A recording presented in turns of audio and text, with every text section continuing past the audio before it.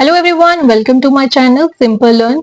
इस वीडियो में हम 2023 के पीएस टेट का पेपर 1 सॉल्व करेंगे और इसमें हम सीडीपी जो है उसको कवर करेंगे।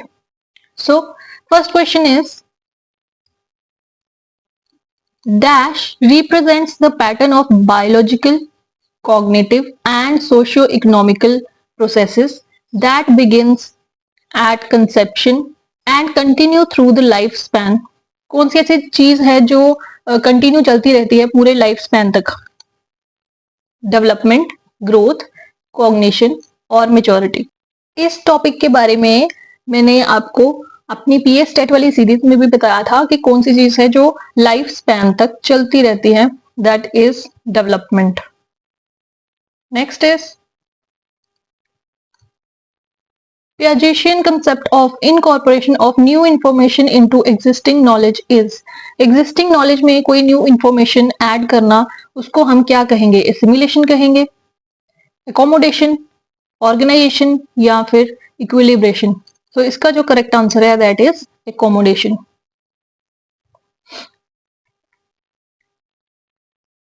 Next is who among the following presented a social constructivist approach to learning। social constructivist जो होगा उसका अप्रोच किसने दिया था? that was ऑस्बेल, गैग्ने, जीन पियाजे या फिर लेव Vygotsky. Social constructivist mean socially खुद ही अपना एक्सपीरियंस जो है वो गेन करना। सो ये जो सोशल कंस्ट्रक्टिविस्ट की अप्रोच थी ये लेव वाइगोस्की ने अपनाई थी। सो इसका जो करेक्ट आंसर होगा that is Lev Vygotsky, option number D. Next is people value trust, caring and loyalty to others as a basis of for moral judgement represents which of the following stage of Kohlberg theory of moral development। यहाँ पे पूछा गया है कि moral judgement के basis पे trust, care, loyalty जो है वो रिप्रेजेंट करती है मोरालिटी को। कौन सी कोलबर्ग की थ्योरी की स्टेज है जो ये मॉरल डेवलपमेंट के बारे में बताएगी? हमें पता है कि जो कोलबर्ग की थ्योरी है उसमें 3 स्टेजेस हैं, 3 लेवल्स हैं, pre conventional level, conventional level and post conventional level. और इसमें हर एक लेवल में 2-2 स्टेजेस हैं और ये जो स्टेज है ये स्टेज नंबर 3 है। सो इसका आंसर होगा stage number 3, that is mutual interpersonal expectations, relationships and interpersonal conformity। Next is in triartic theory of intelligence as given by the Sternberg, which of the following is not included? spatial, analytical, creative, practical। so जो चीज इस theory में नहीं बताई गई थी, option number A, that is spatial, स्थानिक। Next is which of the following represents the acquisition of traditional masculine and feminine role। कौन सी ऐसी ऑप्शन है जो मैस्कुलिन और फेमिनिन के बारे में बताएगी? सो ये जो है जेंडर रोल के बारे में बता रहा है, जेंडर टाइप के बारे में, जेंडर इंटीग्रेशन या फिर जेंडर स्टीरियोटाइप। सो इसका जो राइट ऑप्शन है that is option number B, gender typing. Gender के टाइप के बारे में बता रहा है इसमें। Next is in Pavlov experiment, Pavlov gave food to the dog only after ringing the bell, not after any other sound, represent which of the type of concept। Pavlov के experiment में जब Pavlov रिंग को बजाएगा तब dog को food दिया जाएगा, not after the sound, sound के बाद नहीं दिया जाएगा, आफ्टर विच कोई और साउंड के बाद नहीं दिया जाएगा, सिर्फ एक ही रिंग की टोन रहेगी और उसी रिंग के बाद जो है वो डॉग को फूड दिया जाएगा। ये किसकी एग्जाम्पल होगी? That is generalisation, discrimination, extinction या फिर सेंसिटाइजेशन। सो इस क्वेश्चन की जो करेक्ट ऑप्शन है that is option number B, that is discrimination, dog जो है वो रिंग की टोन को डिस्क्रिमिनेट कर पा रहा है। सो इसकी जो राइट ऑप्शन होगी that is option number B.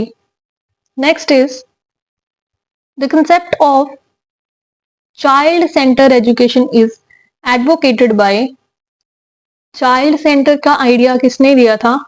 Yes of course John Dewey. John Dewey was the person. Next is which of the following is not the characteristic of emotional intelligence given by Peter Salvoy? Perceiving emotions, managing emotions, using emotions और controlling emotions। कौन से एक character जो था वो सैल्वोवे के जो intelligence की थ्योरी है इमोशनल इंटेलिजेंस वाली उसमें नहीं दिया गया था। तो इसका जो करेक्ट ऑप्शन है that is option number D, controlling emotions। Next is the concept of continuous and comprehensive evaluation is introduced in which year? कौन से ईयर में इंट्रोड्यूस किया गया था? That was 2010। Next is the conflict theory is given by। conflict theory जो थी वो किसने दी थी? सो इसका जो राइट ऑप्शन है that is option number B, Karl Marx. Next is which of the following classroom environment place no demand on the student of any sort and students are actively supported in their efforts to seek their own ends using any reasonable means। इस question में पूछा गया है कि कौन से ऐसे classroom हैं जिसमें बच्चे जो स्टूडेंट्स हैं उनकी कोई डिमांड नहीं होती और स्टूडेंट्स जो हैं वो एक्टिवली सपोर्ट करते हैं एंड तक पहुंचने के लिए किसी भी रीजनेबल मीन से। सो इसकी जो राइट ऑप्शन होगी that is option number C, permissive style. Permissive style. Next is which of the following represent the 4 clusters of emotional intelligence given by Goleman 2001? So उनके कौन से 4 जो इंटेलिजेंस इमोशनल इंटेलिजेंस थे? That was in option number A, self awareness, social awareness, self management and relationship management. Next is which assessment technique is subjective in nature? Subjective कौन सी होगी? यहां पे ऑब्जेक्टिव टाइप दिया है, option number A objective type, option number B quiz, option number C rating scale and multiple type questions. देखा जाए तो ऑप्शन नंबर बी क्विज और मल्टीपल चॉइस क्वेश्चंस और ऑब्जेक्टिव टाइप क्वेश्चंस जो हैं वो एक ही टाइप के होंगे, इसलिए जो अलग ऑप्शन दिख रही है that is option number C, rating scale. So C is the right answer. Next is the best child centre approach of learning is. Best child centre approach कौन सा होगा? दैट इज प्रोजेक्ट मेथड, जिसमें बच्चे खुद ही कोई भी चीज को एक्सपीरियंस करें और अपना जो प्रोजेक्ट है उसको तैयार करें। Next is reciprocal determination model of Albert Bandura consist of following 3 factors except. कौन से 3 फैक्टर्स थे और कौन सा एक फैक्टर नहीं था? जो एक फैक्टर नहीं था उसके बारे में बताना है यहाँ। तो बिहेवियर उसकी थ्योरी में था, पर्सन भी था और इन्वायरमेंट भी था। सो जो फैक्टर उस थ्योरी में नहीं था that was option number C, genetic. Next is dash is the classroom in which students from different culture backgrounds cooperate by doing different parts of projects to reach to common goal। Students जो हैं वो different background से, different cultural background से आएंगे और एक दूसरे के साथ कोऑपरेट करेंगे, प्रोजेक्ट में पार्टिसिपेट करेंगे और एक कॉमन गोल को अचीव करेंगे। ऐसा जो प्रोसेस है that was seen in jigsaw classroom. Next is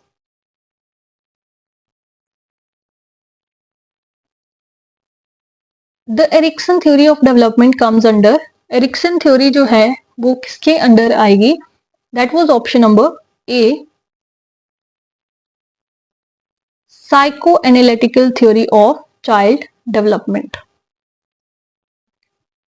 Next is Thurston's theory factor structure of intelligence does not include which of the following factor. कौन सा एक फैक्टर था जो थर्स्टन्स ग्रुप फैक्टर थ्योरी में नहीं इंक्लूड किया गया था? So that was option number D, abstract thinking. Next is Which of the following is not a part of factor theories intelligence? कौन सी factor theories intelligence का पार्ट नहीं थी? सो इसका आंसर रहेगा option number A, Sternberg theory. Next is Stanford beneath scale is the type of dash. Stanford जो beneath का scale था that is a type of, option number C is the right answer, individual verbal test. Next is Terman defines intelligence in terms of. Terman ने intelligence को किन terms में define किया था? That is option number C, ability to think in abstract terms. Next is who gave the concept of kindergarten? That is option number D, Froebel. Next is the correct sequence of categories of learning outcome in affective domain is receiving, responding, valuing, organizing, organization and characterization. So यहाँ पे इसका answer जो है that is option number A और C दोनों ही correct हैं. मैंने इसको कैसे याद किया है? इसे मैंने एक निमोनिक की तरह याद किया है, जैसे RRVOC, receiving, responding, valuing, organisation and characterisation. So ये मैंने एक निमोनिक याद किया है जिससे ये सारे ही जो कंसेप्ट हैं वो सीक्वेंस में याद रहेंगे. Next is ADHD stands for. That is option number C, attention deficit hyperactivity disorder. Next is dash are the problems in pronouncing sounds correctly. जब हम कोई भी साउंड को करेक्टली नहीं बोल पाते उसको, उस डिसेबिलिटी को, इस डिसऑर्डर को हम क्या कहेंगे? That is option number B, that is articulation disorder. Next is a teacher is using an alternative computer keyboard to facilitate learning of child suffering from cerebral palsy is an example of which type of technology. So ये किस type की technology होंगी जब teacher जो है वो use कर रहा है ऑल्टरनेटिव कंप्यूटर कीज. एक कंप्यूटर की उसने बता दी, उसका ऑल्टरनेटिव टीचर जो है वो बता रहा है, तो चाइल्ड जो है वो सफर कर रहा है सेरिब्रल पैल्सी. सो ये किस टाइप की टेक्नोलॉजी होगी? सो ये है option number C, assistive technology. Next is inclusion in education refers to. Inclusion किसके बारे में बताएगा? That is option number A, students with the special needs spend all the time their time with the normal students. That is option number A. Next is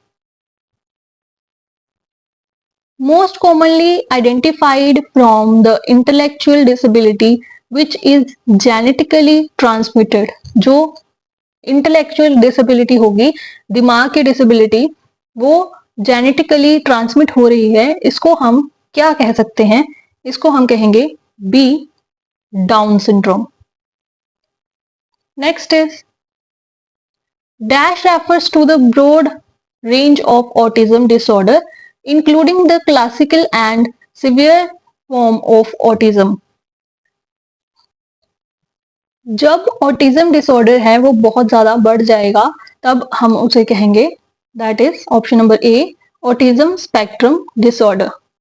सो यहाँ तक आपका जो CDP का जो पार्ट है वो कंप्लीट हो जाता है। जो क्वेश्चंस हैं वो प्रीवियस ईयर से भी रिपीट होते हैं, सो इसलिए आप लोगों को बहुत अच्छे से सीडीपी को कवर करना चाहिए। Thank you so much for watching my video, like and subscribe.